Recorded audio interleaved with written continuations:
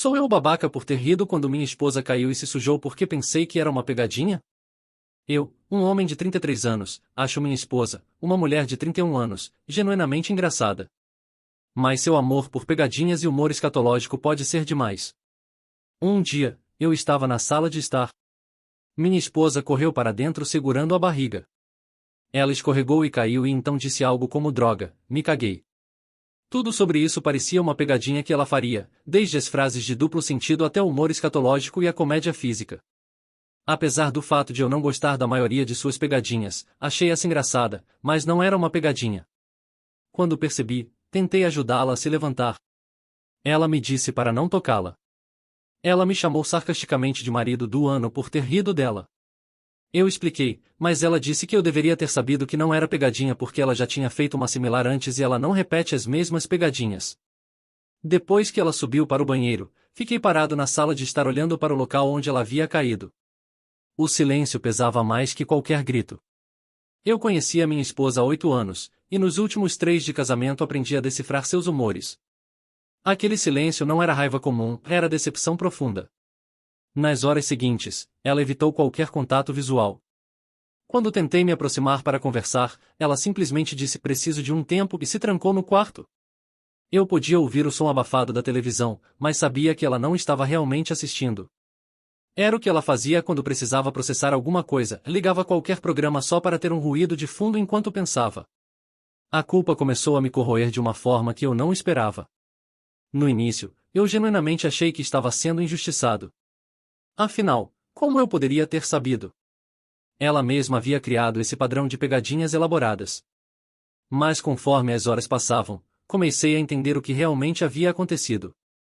Não importava se eu achei que era pegadinha, minha primeira reação foi rir quando vi minha esposa caída e aparentemente em uma situação constrangedora. Que tipo de marido faz isso? Naquela noite, dormimos em lados opostos da cama, com um abismo invisível entre nós. Ela fingiu estar dormindo quando eu me deitei, mas eu podia sentir a tensão em seu corpo. Fiquei acordado até tarde, repassando mentalmente todas as pegadinhas que ela já havia feito. A da tinta falsa no banheiro, quando ela fingiu ter se machucado com a escova de cabelo. A vez que ela simulou ter quebrado meu vaso favorito. A encenação elaborada sobre ter perdido nossa gata. Todas envolviam algum elemento de desastre, seguido da revelação de que era brincadeira. Mas essa mesma história de pegadinhas também me fez perceber algo mais profundo. Por que ela fazia isso? No começo do nosso relacionamento, eu achava divertido. Era uma das coisas que mais me atraía nela, essa espontaneidade, essa capacidade de transformar dias comuns em aventuras imprevisíveis. Mas ultimamente, eu havia começado a me cansar. Não porque as pegadinhas eram ruins, mas porque eu estava sempre em alerta, sempre duvidando se o que ela estava vivendo era real ou não. No dia seguinte, ela acordou cedo e fez café, mas não me ofereceu uma xícara. Isso pode parecer insignificante, mas para nós era um ritual sagrado, quem acordasse primeiro sempre fazia café para os dois. Ela estava me enviando uma mensagem clara, e as pequenas gentilezas do nosso casamento estavam suspensas. Durante o café da manhã, tentei puxar conversa algumas vezes. Como você dormiu? Foi respondido com um bem. Vai ser um dia corrido no trabalho hoje? Resultou em um talvez. Ela não estava sendo cruel, mas também não estava sendo ela mesma. Era como se eu estivesse conversando com uma versão educada, mais distante, da mulher com quem me casei. Foi quando ela saiu para o trabalho que realmente entendi a dimensão do estrago. Normalmente, ela me dava um beijo de despedida, às vezes apenas um peck rápido, às vezes algo mais demorado quando tínhamos tempo. Naquela manhã, ela apenas acenou da porta e disse tchau. O som da porta fechando ecoou pela casa vazia como um sinal de alarme. Passei o dia inteiro no trabalho distraído. Meus colegas notaram que eu estava fora do ar, como disse meu chefe durante uma reunião quando eu não consegui responder uma pergunta simples sobre o projeto que estava liderando. Como eu poderia explicar que estava obcecado pensando em como havia ferido minha esposa de uma forma que eu nem sabia que era possível? Durante o almoço, liguei para minha irmã. Ela sempre foi uma boa conselheira, e eu precisava da perspectiva de alguém de fora. Contei a história toda, desde o início das pegadinhas até o incidente do dia anterior. Esperava que ela tomasse meu lado, que me dissesse que minha reação havia sido compreensível dadas as circunstâncias. Em vez disso, depois de um longo silêncio, ela disse, você percebe que sua esposa pode estar fazendo essas pegadinhas porque sente que precisa competir pela sua atenção? E agora, na única vez que ela realmente precisou de você, você riu dela? Essa frase me atingiu como um soco no estômago. Eu nunca havia pensado nas pegadinhas dessa forma. Sempre as vi como uma característica dela, uma peculiaridade divertida que às vezes me irritava. Mas e se fossem um pedido de atenção? E se ela sentisse que precisava ser extraordinária, inesperada, para manter meu interesse? Repensando nossos últimos meses, comecei a perceber um padrão perturbador. Eu havia estado mais distante ultimamente, mais focado no trabalho, mais cansado para as pequenas aventuras que ela sempre propunha. Quando foi a última vez que eu havia rido genuinamente com ela, não de uma pegadinha, mas de uma conversa comum? Quando foi a última vez que eu havia demonstrado entusiasmo por algo que ela considerava importante? As pegadinhas começaram a fazer sentido sob essa nova luz. Elas eram a forma dela garantir que eu prestasse atenção, que eu reagisse a ela de alguma maneira. E funcionavam, mesmo quando me irritavam, elas me tiravam da minha rotina automática e me forçavam a estar presente no momento. No caminho para casa, parei no supermercado e comprei ingredientes para fazer o jantar favorito dela, risoto de camarão com aspargos. Era um prato trabalhoso que eu só fazia em ocasiões especiais, e ela sempre dizia que era melhor que em qualquer restaurante. Também parei na floricultura e comprei um buquê pequeno de girassóis. Não rosas, ela sempre disse que rosas eram clichês demais. Girassóis eram a flor que ela escolheu para nosso casamento porque sempre olham para o sol, mesmo nos dias nublados. Quando cheguei em casa, ela ainda não havia voltado do trabalho. Usei esse tempo para limpar a casa direito e começar a preparar o jantar. Queria que tudo estivesse perfeito quando ela chegasse. Não porque achasse que um jantar fancy resolveria tudo, mas porque queria demonstrar que estava disposto a fazer um esforço real. Ela chegou às 7h30, como sempre. Ouvi a chave na fechadura e meu coração acelerou. Quando ela entrou na cozinha e viu a bagunça organizada do risoto sendo preparado, parou no batente da porta. O que é isso? Ela perguntou, mas não com hostilidade. Era mais curiosidade cautelosa. Seu jantar favorito, respondi, mexendo o risoto lentamente. E antes que você pergunte, não é pegadinha. É um pedido de desculpas. Ela ficou em silêncio por um momento, observando-me cozinhar. Então se aproximou devagar e pegou uma colher para provar o molho. Era algo que ela sempre fazia quando eu cozinhava, um hábito tão natural que ela provavelmente nem percebeu que estava voltando ao normal. Está bom, ela disse simplesmente, mas havia um tom mais suave em sua voz. Escuta, eu disse, desligando o fogo e me virando para ela. Sobre ontem. Eu sei que você disse que eu deveria ter sabido que não era pegadinha, e você tem razão. Mas o problema não é só esse. Ela me olhou com atenção, cruzando os braços, numa postura defensiva que eu conhecia bem. O problema é que mesmo achando que era pegadinha, minha primeira reação foi rir quando pensei que você havia se machucado e se constrangido. Que tipo de pessoa faz isso? Que tipo de marido faz isso? Suas sobrancelhas se franzeram ligeiramente, como se ela não esperasse essa direção na conversa.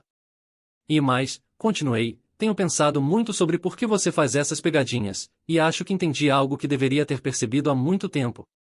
O que você acha que entendeu? Ela perguntou, ainda na defensiva, mais curiosa. Que talvez você sinta que precisa ser extraordinária para ter minha atenção. Que talvez eu tenha estado tão distraído, tão no automático, que você sentiu que precisava fazer essas coisas malucas só para me tirar da minha bolha. Vi suas defesas começarem a desabar. Os braços se descruzaram lentamente. E ela se apoiou no balcão da cozinha. Não é bem assim, ela disse baixinho. Quer dizer, não é que eu faço pegadinhas por atenção. Eu faço por quê? Porque gosto de ver você rir. Gosto de surpreender você. Mas ultimamente sinto que você está cansado de mim. Como se eu fosse. Demais. Essas palavras me partiram o coração. Demais era exatamente o termo que eu havia usado mentalmente várias vezes nos últimos meses. Mas ouvindo dela, percebi como isso devia ter soado cruel. Você não é demais, eu disse, me aproximando dela. Você é intensa, e isso é uma das coisas que mais amo em você. O problema é que eu tenho estado menos presente. Menos disponível para a sua intensidade. E isso não é culpa sua. Ela olhou para mim com os olhos ligeiramente úmidos. Quando você riu ontem, foi como se todos os meus medos se confirmassem. Como se você realmente pensasse que eu sou ridícula. Eu não penso isso, eu disse firmemente. E me odeio por ter dado essa impressão. Mesmo por um segundo. Ficamos em silêncio por um momento, o aroma do risoto preenchendo o espaço entre nós. Então ela perguntou: onde estão os girassóis? Eu havia esquecido completamente das flores, que estavam ainda na sacola do supermercado na sala. Como você soube? Senti o cheiro quando entrei. Você sempre compra girassóis quando quer se desculpar de alguma coisa séria. Ri no primeiro riso genuíno que tivemos em mais de 24 horas. Você me conhece bem demais. Conheço sim, ela disse, e pela primeira vez desde o incidente, sorriu. E sei que você não é uma pessoa cruel. Sei que você me ama, mesmo quando eu sou intensa demais. Você nunca é intensa demais, eu insisti. E se eu alguma vez fiz você sentir assim, me desculpa. De verdade. Ela se aproximou e me abraçou pela primeira vez desde a queda. Era um abraço cuidadoso no início, como se ela estivesse testando se éramos nós mesmos novamente. Então, gradualmente, se tornou mais apertado, mais familiar. Eu também tenho que me desculpar, ela murmurou contra meu peito. Talvez eu tenha exagerado nas pegadinhas. Talvez eu devesse ter percebido que você estava cansado delas. Não eram as pegadinhas, eu disse, acariciando seus cabelos.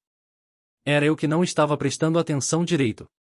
Em você, no que você estava tentando me dizer com elas. Naquela noite, jantamos nosso risoto e conversamos de verdade pela primeira vez em semanas.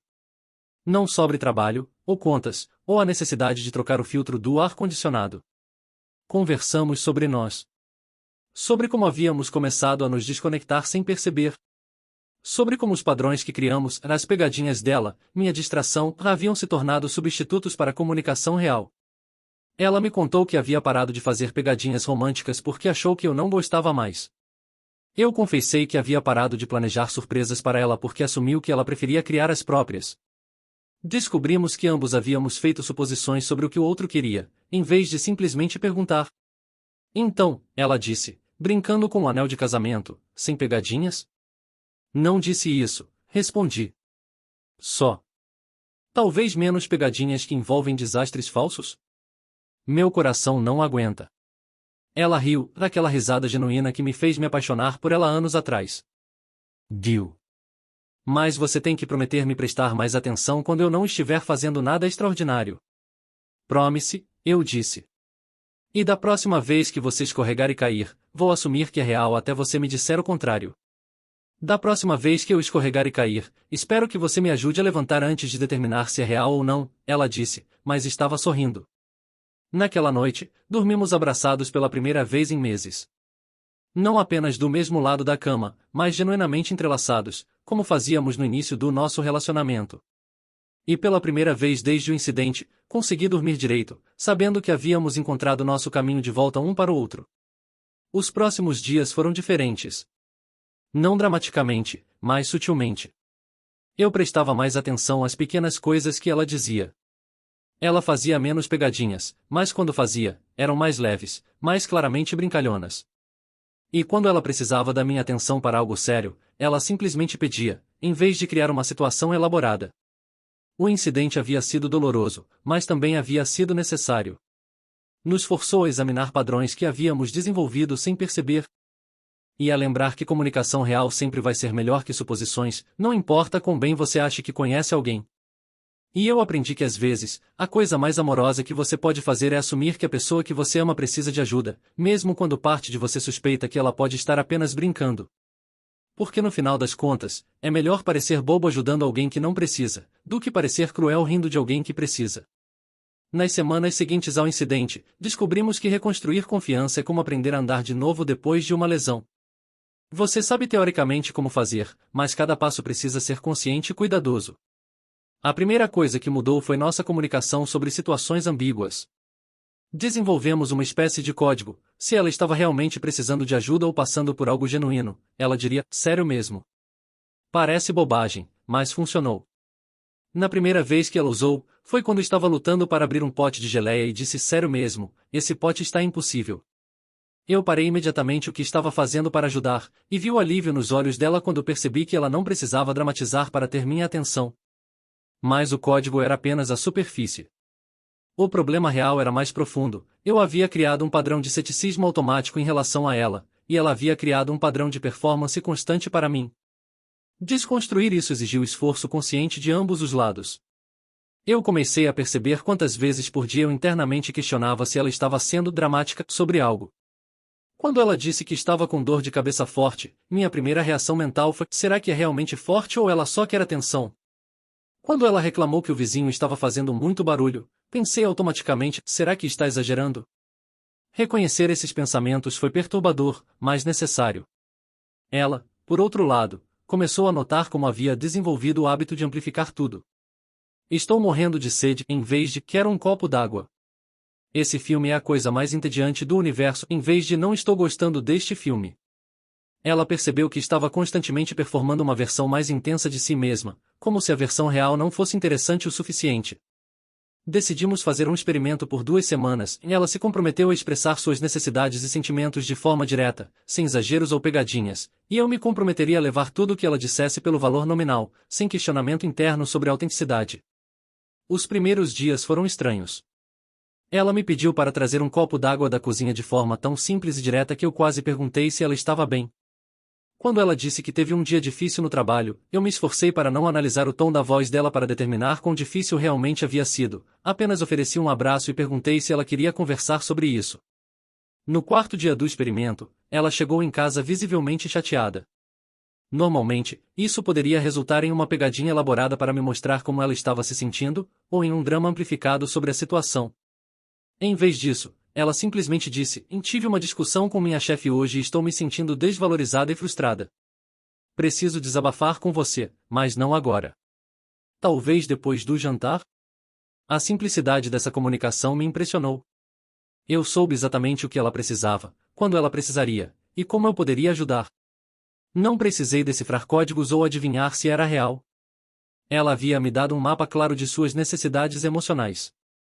Depois do jantar naquele dia, quando ela me contou sobre a situação no trabalho, percebi que estava ouvindo de uma forma diferente.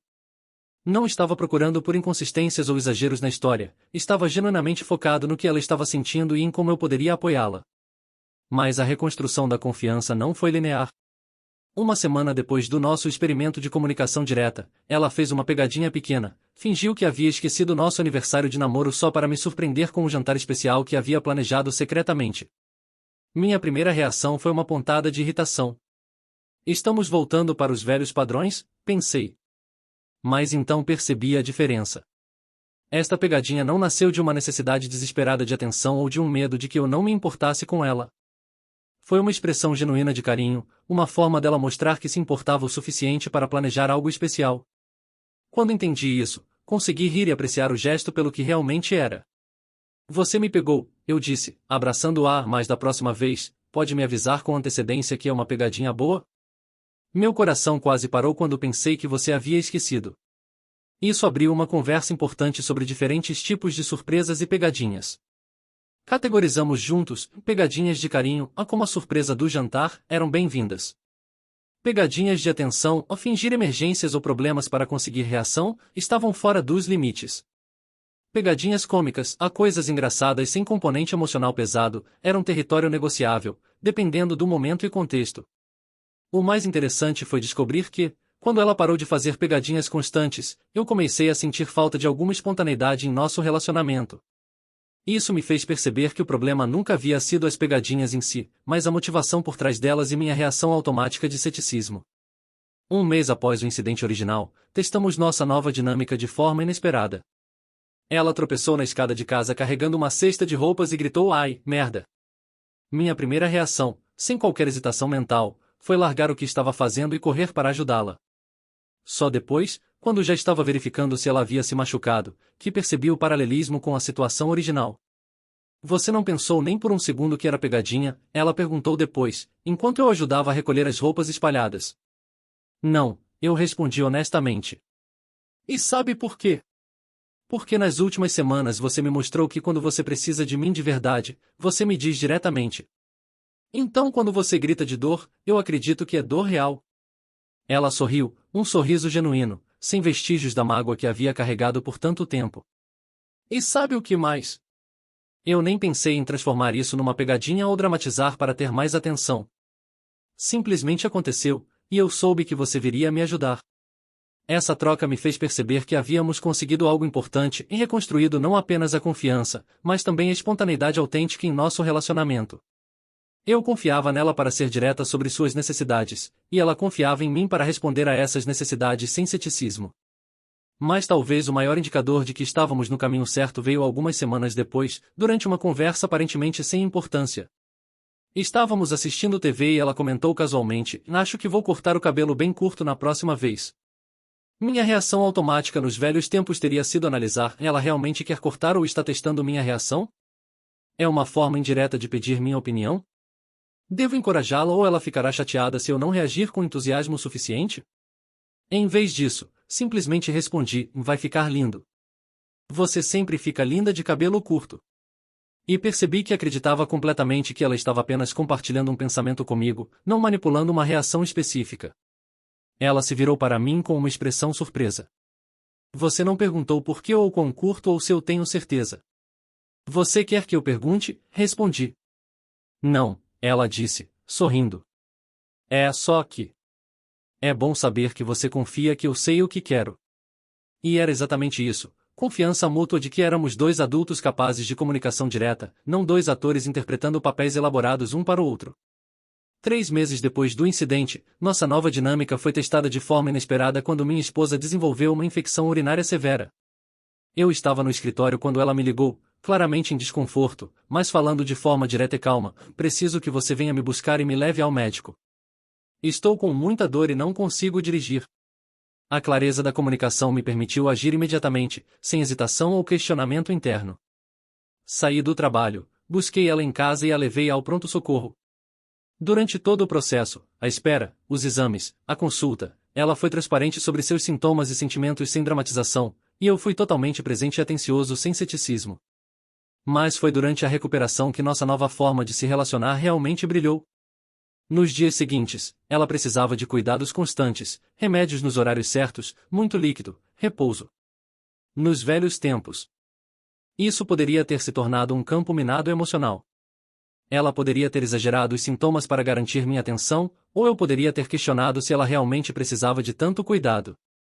Em vez disso, ela me disse exatamente do que precisava e quando precisava. "Estou me sentindo um pouco melhor hoje, mas ainda preciso de ajuda com as tarefas pesadas." Ou: "A dor está pior hoje, acho que deveria ficar na cama." E eu respondi a cada comunicação pelo valor nominal, oferecendo exatamente o tipo de ajuda que ela havia pedido. No terceiro dia, quando ela estava começando a melhorar, ela me disse: Sabe, estou percebendo algo estranho. Estou doente de verdade, precisando de cuidados reais, e não sinto nenhuma necessidade de dramatizar ou fazer pegadinhas sobre isso. É como se finalmente confiasse que você se importa comigo mesmo quando estou sendo normal." Essa observação me atingiu profundamente. Percebi que, sem nos darmos conta, havíamos criado um ambiente onde ela se sentia segura sendo vulnerável de forma simples e direta. E eu havia aprendido a valorizar e responder a essa vulnerabilidade sem precisar de provas elaboradas de que era real. Algumas semanas depois, enfrentamos outro teste quando meu pai foi hospitalizado inesperadamente. Eu estava em pânico completo, tentando organizar viagem para outra cidade, lidar com médicos por telefone, e processar a possibilidade de perdê-lo. Minha esposa se tornou minha rocha durante essa crise, mas o que mais me impressionou foi como ela navegou a situação. Nos velhos tempos, ela poderia ter se sentido negligenciada pela minha atenção total estar focada na crise familiar. Poderia ter criado pequenos dramas ou emergências próprias para recuperar algum foco. Ou, no outro extremo, poderia ter se tornado excessivamente solícita de uma forma performática. Em vez disso, ela foi exatamente o que eu precisava, presente quando eu precisava de apoio, ocupada com suas próprias coisas quando eu precisava de espaço para processar, e comunicativa sobre suas próprias necessidades de forma que não competissem com a crise, mas também não fossem ignoradas. "Sei que você está preocupado com seu pai, e é onde sua atenção deve estar", ela me disse na segunda noite. "Mas também preciso que você saiba que estou aqui se precisar conversar, e que ainda preciso de pelo menos alguns minutos de conexão com você todos os dias para não me sentir completamente desconectada. Pode ser só um abraço de 5 minutos antes de dormir." A maturidade emocional dessa comunicação me impressionou. Ela havia reconhecido suas próprias necessidades, validado minhas prioridades, e proposto uma solução específica que atendia a ambos. Não havia manipulação, não havia competição por atenção, apenas honestidade emocional clara. Durante as 2 semanas que passei viajando de volta e para frente para cuidar do meu pai, nossa comunicação por telefone também refletiu essa nova dinâmica. Ela me contava sobre seu dia de forma concisa mais completa, perguntava sobre a situação do meu pai com interesse genuíno mas não invasivo, e expressava suas próprias dificuldades com solidão ou preocupação de forma direta. Estou sentindo sua falta mais do que esperava, ela disse numa ligação. Não é uma emergência, mas é real, e queria que você soubesse. Essa simplicidade me permitiu oferecer o conforto que eu podia dar à distância sem me sentir culpado ou manipulado. Quando finalmente voltei para casa, meu pai havia se recuperado completamente. Encontrei uma esposa que havia cuidado de si mesma e da nossa casa sem criar crises ou dramas para processar minha ausência. Ela havia sentido minha falta, se preocupado comigo, mas havia canalizado essas emoções de forma produtiva em vez de destrutiva. Como foi para você? Perguntei na primeira noite de volta, genuinamente curioso sobre sua experiência. Solitário, ela respondeu honestamente. Mas também me senti orgulhosa de como lidei com isso. Alguns anos atrás, eu provavelmente teria criado alguma emergência para fazer você voltar mais cedo, ou teria ficado ressentida com a situação. Desta vez, eu apenas senti as emoções e continuei vivendo. Essa conversa me fez perceber o quanto ambos havíamos crescido. Eu havia aprendido a confiar em suas comunicações emocionais, e ela havia aprendido que não precisava manipular situações para ter suas necessidades atendidas. Mas talvez o momento mais revelador tenha vindo alguns meses depois, durante uma discussão sobre dinheiro. Sempre foi um tópico sensível para nós, ela tendia a minimizar gastos que queria fazer para evitar conflito, e eu tendia a assumir que ela estava escondendo gastos quando descobria compras inesperadas. Desta vez, ela se aproximou de mim diretamente. Quero conversar sobre nosso orçamento porque há algumas coisas que gostaria de comprar para casa, mas quero ter certeza de que estamos alinhados financeiramente. Sentamos juntos com nossas finanças abertas e tivemos a conversa mais honesta sobre dinheiro que já tivemos. Ela me mostrou exatamente o que queria comprar e por quê, quanto custaria, e como isso se encaixaria no nosso orçamento. Eu compartilhei minhas próprias preocupações financeiras e prioridades sem assumir que ela estava sendo irresponsável ou secreta. No final, chegamos a um compromisso que funcionava para ambos, mas mais importante do que isso foi o processo. Não houve manipulação, não houve suposições, não houve ressentimento silencioso. Apenas dois adultos tendo uma conversa difícil de forma construtiva. Sabe, ela disse depois, acho que esta foi nossa primeira conversa sobre dinheiro em que nenhum de nós saiu se sentindo incompreendido ou julgado. Ela estava certa. E isso me fez perceber o quanto nosso trabalho em reconstruir confiança havia se expandido para além da situação original. Havíamos aprendido ferramentas de comunicação e confiança que estavam melhorando todos os aspectos do nosso relacionamento. 6 meses após o incidente da queda, estávamos jantando em um restaurante quando ela derramou vinho tinto na blusa branca. Sua primeira reação foi genuína frustração. Droga, essa blusa era nova. Seguida por uma risada autoderrisória quando percebeu a ironia da situação. Pelo menos desta vez você sabe que é real, ela disse, tentando limpar a mancha. E desta vez minha primeira reação foi te oferecer meu guardanapo, não rir, respondi, já estendendo minha água com gás para ajudar com a mancha. Rimos juntos, mas era um riso de alívio e reconhecimento de quanto havíamos progredido. Não havia peso emocional na situação, não havia ecos de mágoas passadas. Era apenas um casal lidando com um pequeno acidente de forma natural e carinhosa. Naquela noite, enquanto estávamos deitados na cama, ela disse algo que resumiu perfeitamente nossa jornada. Sabe o que é engraçado? Eu costumava pensar que precisava ser extraordinária para manter seu interesse. Agora percebo que você me ama mais quando sou apenas eu mesma. E eu costumava pensar que você estava sempre performando ou manipulando, respondi. Agora percebo que você estava apenas tentando se conectar comigo da única forma que sabia na época. Fechamos os olhos naquela noite sabendo que havíamos construído algo sólido juntos, um relacionamento baseado em confiança mútua, comunicação honesta, e aceitação genuína de quem realmente somos quando não estamos tentando ser mais ou menos do que isso. 1 ano após o incidente, decidimos fazer uma viagem para celebrar nosso aniversário de casamento. Escolhemos um destino que nenhum de nós havia visitado antes, uma pequena cidade costeira no interior do estado. A ideia era ter tempo longe das distrações do dia a dia para realmente apreciar o quanto havíamos crescido juntos.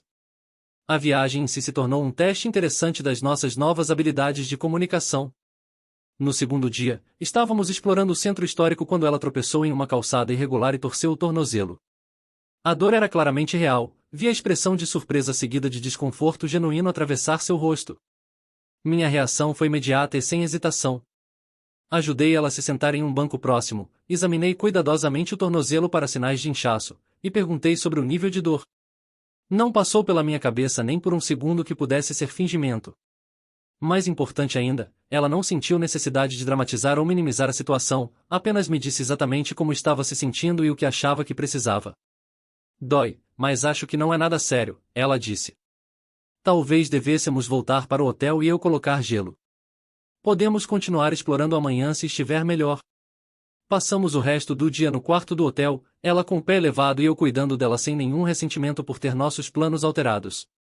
Na verdade, foi um dos momentos mais íntimos da viagem. Conversamos por horas sobre tudo e nada, assistimos filmes bobos na TV do hotel, e pedimos comida de um restaurante local. Sabe?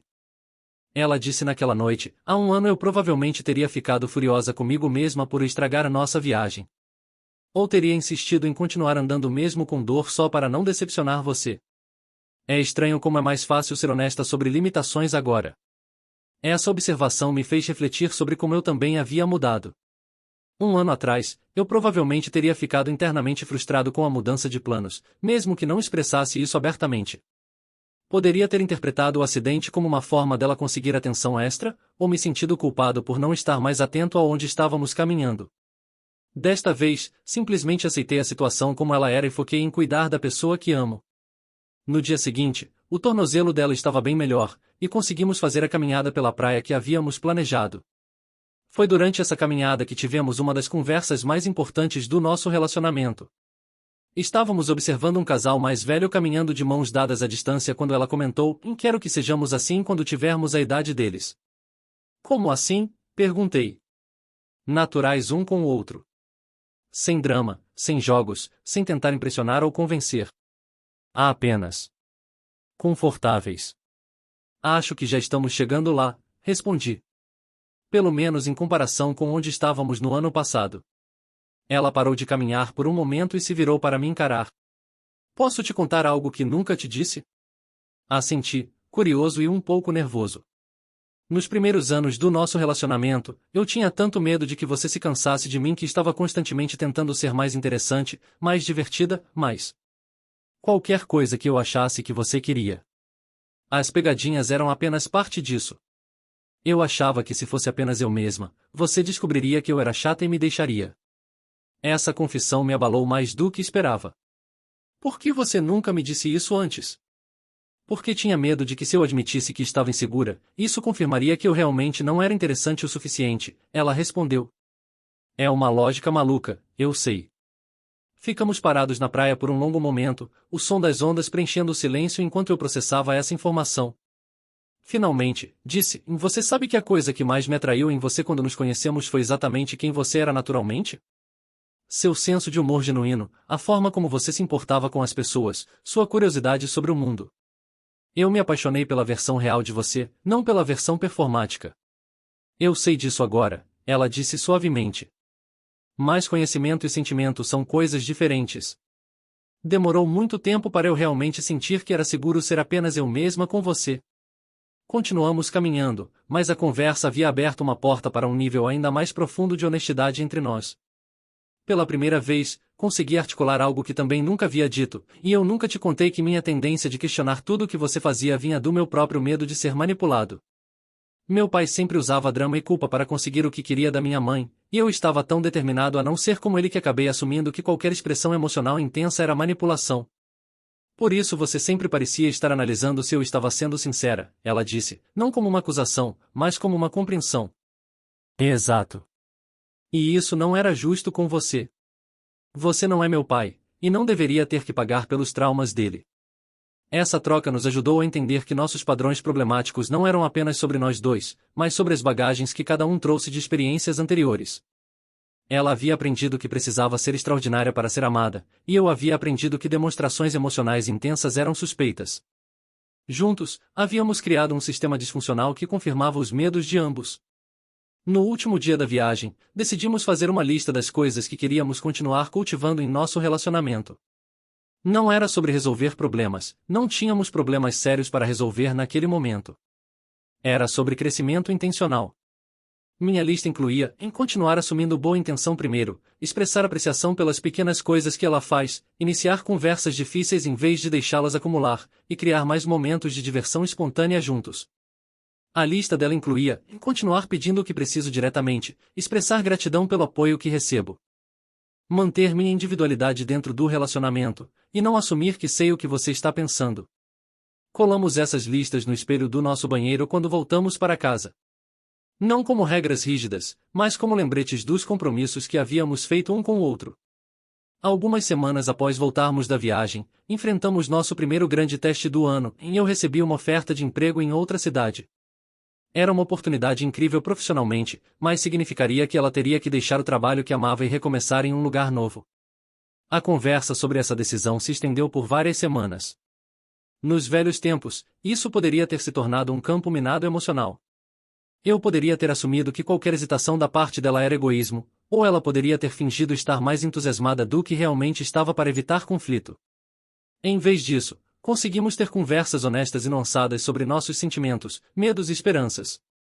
Ela me disse claramente que ficaria triste em deixar o trabalho atual, mas que estava disposta a considerar a mudança se fosse realmente importante para mim. Eu consegui admitir que, embora a oportunidade fosse emocionante, eu também tinha medos sobre mudar para uma cidade onde não conhecíamos ninguém. No final, decidimos ficar. Não porque ela me convenceu ou porque eu cedi à pressão, mas porque, depois de explorar todas as dimensões da decisão juntos, percebemos que nossa vida atual nos deixava mais felizes do que a vida hipotética em outro lugar nos deixaria. Sabe o que mais me deixou feliz nessa decisão? Ela me disse depois que liguei para recusar a oferta. Foi que conseguimos ter essa conversa sem que nenhum de nós sentisse que tinha que esconder seus verdadeiros sentimentos ou manipular o outro para chegar ao resultado que queria. Ela estava certa. A decisão havia sido tomada com base em informações completas e honestas de ambos os lados. Não havia ressentimento, não havia sensação de sacrifício unilateral, não havia dúvidas sobre se havíamos sido totalmente transparentes um com o outro. À medida que o segundo ano após o incidente progredia, nossa nova forma de se relacionar se tornou tão natural que às vezes esquecíamos como costumávamos ser. Foi durante uma festa de aniversário de um amigo que recebi um lembrete vívido de quanto havíamos mudado. Estávamos observando outro casal que claramente estava passando pelos tipos de problemas que nós mesmos havíamos enfrentado. A esposa estava contando uma história elaborada sobre como havia se machucado durante o dia, com detalhes dramáticos e gestos teatrais. O marido estava visivelmente cético, fazendo perguntas que soavam mais como interrogatório do que como preocupação genuína. Nós éramos assim, minha esposa me sussurrou. Pior, respondi honestamente. Observar essa dinâmica de fora nos deu uma perspectiva sobre o quão exaustivo nosso padrão antigo deve ter sido para ambos. A constante performance e contra-performance, a energia gasta em tentar decifrar motivações ocultas, a desconfiança mascarada como prudência, tudo isso parecia tão desnecessário agora. No caminho para casa naquela noite, tivemos uma conversa sobre como poderíamos ajudar amigos que estivessem passando por problemas similares. Decidimos que nossa experiência poderia ser útil, mas apenas se fosse compartilhada no momento certo e da forma certa. Acho que a coisa mais importante que aprendemos, ela disse, é que você não pode forçar alguém a mudar padrões de comunicação. Eles têm que querer mudar. E que mudança real leva tempo, acrescentei. Não foi só uma conversa que nos consertou. Foi um esforço consciente sustentado por meses. Essa conversa plantou uma semente que floresceria mais tarde, quando alguns de nossos amigos começaram a nos procurar para conselhos sobre relacionamento. Mas naquele momento, estávamos simplesmente gratos por ter encontrado nosso caminho de volta um para o outro, e por ter construído algo mais forte e autêntico do que tínhamos antes. 2 anos e meio após o incidente original, nossa vida havia encontrado um ritmo saudável e natural. Não éramos mais aquele casal que caminhava em ovos um ao redor do outro, nem aquele que vivia em constante tensão entre performance e ceticismo. Éramos apenas nós mesmos, de forma mais completa e honesta do que jamais havíamos sido. Foi em uma tarde de sábado comum que nossa jornada tomou uma reviravolta inesperada. Estávamos organizando o porão quando encontrei uma caixa velha de fotos e vídeos que minha esposa havia guardado desde antes do nosso casamento. Entre os itens havia um caderno que ela usava como diário ocasional durante nossos primeiros anos juntos.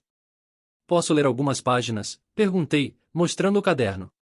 Ela hesitou por um momento, não por desconfiança, mas por aquela vulnerabilidade natural de expor pensamentos antigos. Claro, mas me avisa se encontrar algo muito embaraçoso.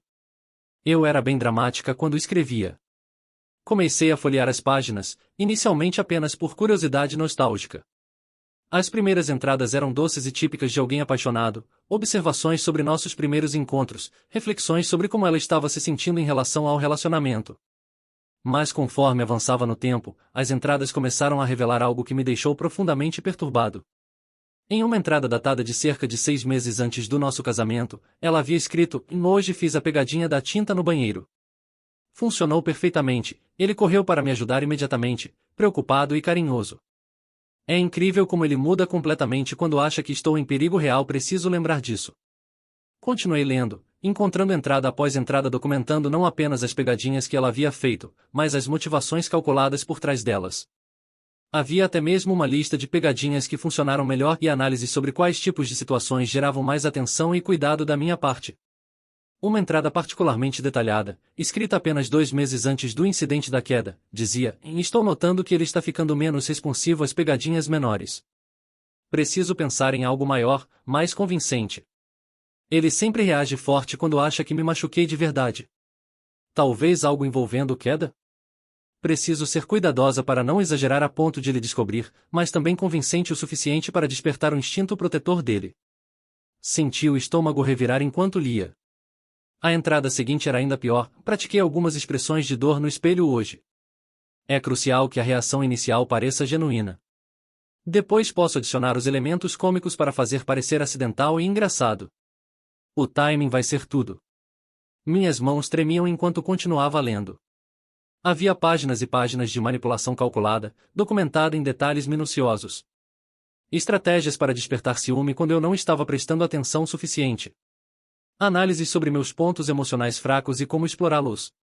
Reflexões sobre como manter o equilíbrio entre drama suficiente para conseguir atenção, mas não tanto que eu perdesse a paciência. A revelação mais devastadora veio numa entrada escrita 3 dias antes da queda real: "Amanhã vou fazer a pegadinha da queda com um acidente escatológico.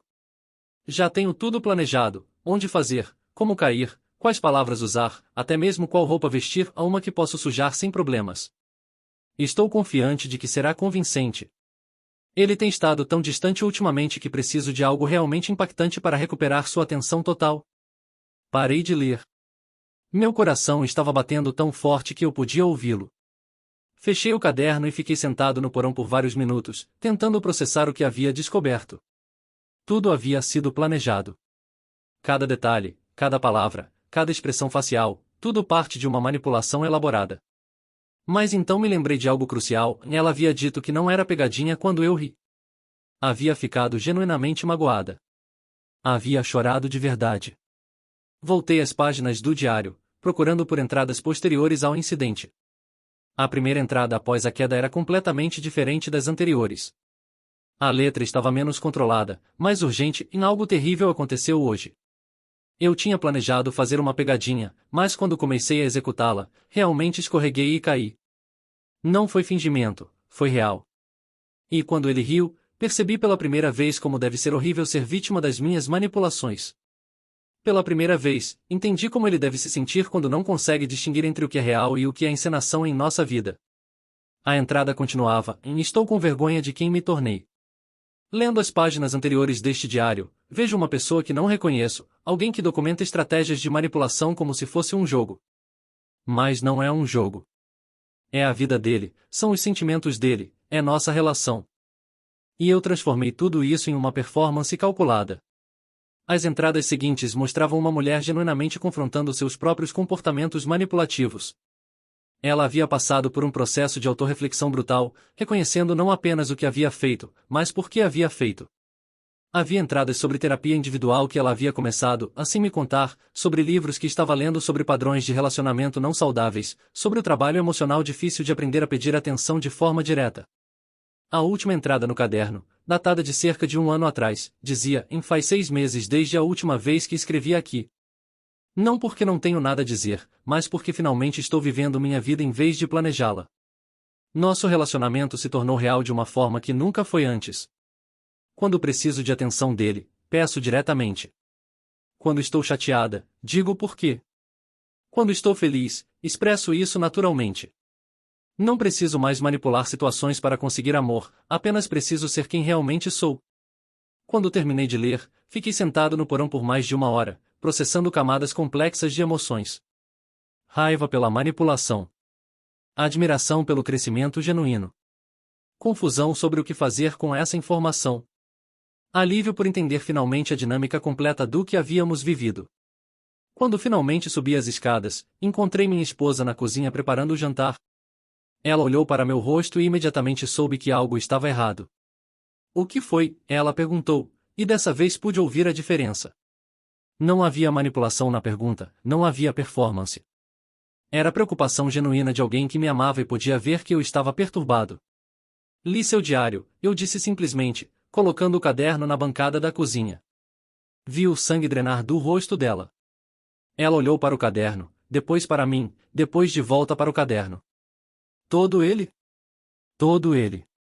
Ela se sentou pesadamente em uma das cadeiras da cozinha, as mãos tremendo ligeiramente.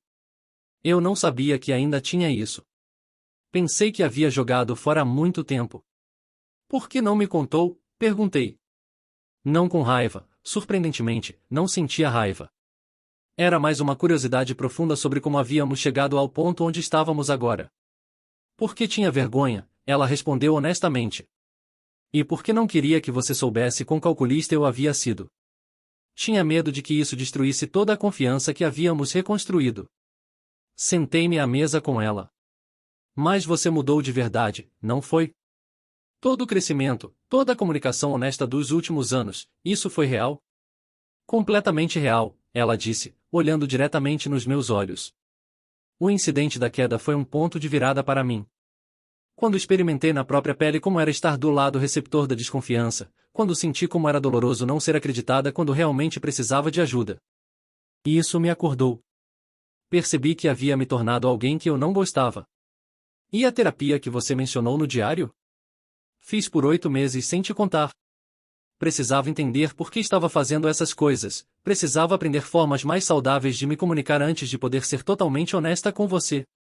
Ficamos sentados em silêncio por alguns minutos. Finalmente, perguntei em se você pudesse voltar atrás e me contar tudo desde o início, faria? Ela pensou por um longo momento.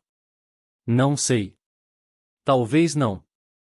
Acho que precisava fazer o trabalho de mudança primeiro, provar para mim mesma que podia ser diferente, antes de poder ser vulnerável sobre quem eu havia sido. Essa resposta me surpreendeu por sua honestidade.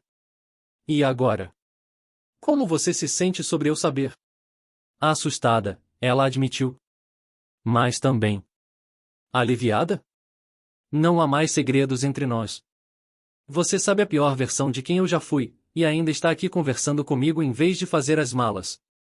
Percebi naquele momento que ela estava certa, eu ainda estava ali. Apesar da choque inicial de descobrir a extensão da manipulação passada, eu não queria deixá-la. A pessoa que estava sentada à minha frente não era a mesma que havia escrito aquelas entradas calculadas no diário.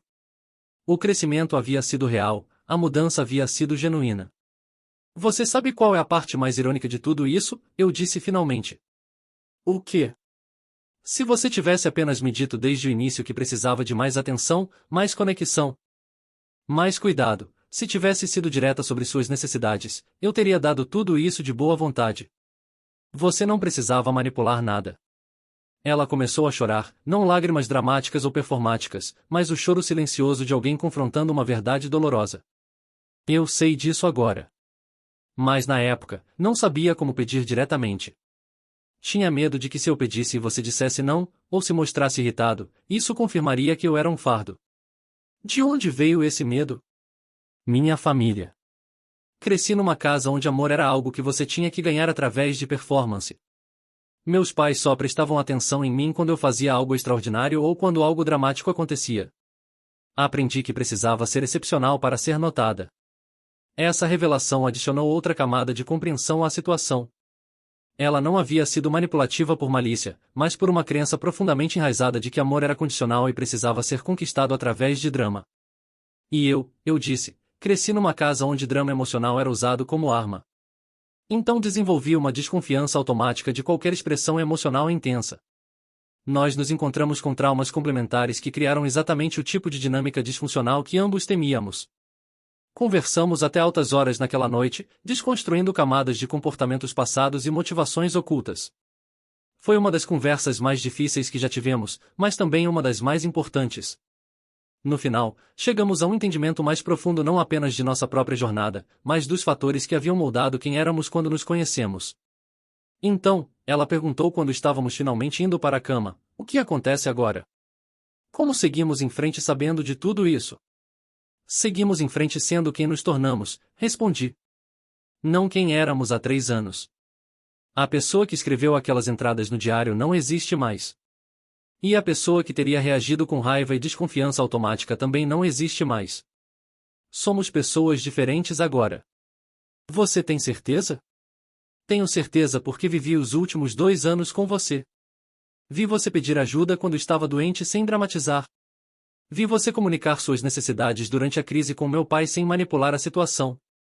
Vi você ter conversas difíceis sobre dinheiro e sobre minha oferta de emprego com honestidade completa. A pessoa que fez essas coisas não é capaz da manipulação calculada que li no diário. Na manhã seguinte, acordamos com uma sensação estranha de liberdade. Não havia mais segredos, não havia mais partes ocultas de nossa história. Tudo estava na mesa, e havíamos sobrevivido à revelação completa. Algumas semanas depois, durante uma conversa casual, ela me disse: sabe, há uma parte de mim que está feliz que você encontrou aquele diário. Por quê? Porque agora você sabe o quanto eu mudei. Você tem evidência concreta da jornada que percorri. Não é apenas minha palavra contra meus comportamentos passados, você pode ver a progressão documentada da pessoa manipulativa que eu era para a pessoa honesta que me tornei. Ela estava certa. O diário havia servido como uma espécie de linha de base, uma medida objetiva do crescimento real que havia acontecido. Sem essa comparação, eu poderia ter tomado nossa dinâmica atual como garantida, não apreciando completamente o trabalho que ambos havíamos feito para chegar onde estávamos. Meses depois, quando amigos começaram a nos procurar para conselhos sobre relacionamento, éramos capazes de falar com autoridade real sobre transformação de padrões destrutivos. Não éramos apenas um casal que havia superado um mal-entendido, éramos um casal que havia fundamentalmente reestruturado a forma como se relacionavam um com o outro. A coisa mais importante que aprendemos, eu disse para um amigo que estava lutando com problemas similares, é que mudança real é possível, mas apenas quando ambas as pessoas estão dispostas a confrontar honestamente seus próprios padrões destrutivos. E, minha esposa acrescentou, que você não pode pular o trabalho individual. Eu precisei entender por que estava manipulando antes de poder parar de manipular. Ele precisou entender por que estava sempre desconfiado antes de poder começar a confiar. Hoje, quase 3 anos após o incidente original, nossa vida é marcada por uma simplicidade que tanto valorizamos. Quando ela precisa de algo, ela pede. Quando estou preocupado com alguma coisa, eu compartilho. Quando temos desacordos, os resolvemos através de conversas diretas. Quando um de nós se machuca, física ou emocionalmente, o outro responde com cuidado imediato. Não somos um casal perfeito.